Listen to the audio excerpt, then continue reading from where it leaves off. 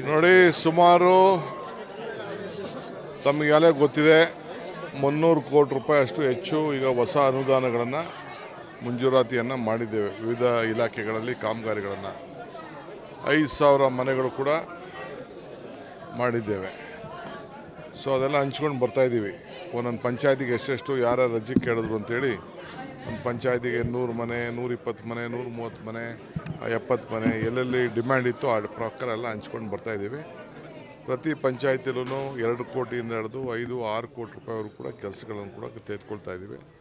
ಇದಲ್ಲದೆ ನೀರಾವರಿ ಇಲಾಖೆಯ ಕಾಲುವೆಗಳನ್ನು ಆಮೇಲೆ ನೀರು ತುಂಬಿಸುವಂಥದ್ದು ಎಲ್ಲ ಭಾಳ ಬೇಡಿಕೆ ಇಟ್ಟಿದ್ದಾರೆ. ಅವೆಲ್ಲ ಕೆಲಸಗಳನ್ನು ಅಟೆಂಡ್ ಮಾಡಿಕೊಂಡು ಬರ್ತಾಯಿದ್ದೀವಿ. ಒಂದಿನ ಆಲೇ ರಾಮಲಿಂಗಾರೆಡ್ಡಿಯವರು ಬೆಳಗ್ಗೆಯಿಂದ ಸಾಯಂಕಾಲದವರೆಗೂ ಅವರು ಡಿಸ್ಟ್ರಿಕ್ಟ್ ಮಿನಿಸ್ಟ್ರು ಅವರು ಮಾಡಿದ್ದಾರೆ. ಈಗ ನಾನು ರಾಮಲಿಂಗಾರೆಡ್ಡಿಯವರು ಹೊರಟಿದ್ದೇವೆ. ಒಂದಿನ ಸೈಟ್ಗಳನ್ನ ಬಂದು ಹಂಚಿದ್ದೇವೆ. ಆ ಕೆಲಸ ಕೂಡ ಆಗ್ತಾಯಿದೆ. ಸರ್, ಇನ್ನು ಮುಂದಿನ ಒಂದು ವಾರದಲ್ಲಿ ಚುನಾವಣೆ ಘೋಷಣೆ ಆಗುವಂಥ ಸಾಧ್ಯತೆಗಳಿದೆ. ಅಭ್ಯರ್ಥಿ ಆಯ್ಕೆ ಹೇಗಿದೆ? ನಾನು ಅಭ್ಯರ್ಥಿ ಬಗ್ಗೆ ಯೋಚನೆ ಮಾಡ್ತಾಯಿಲ್ಲ.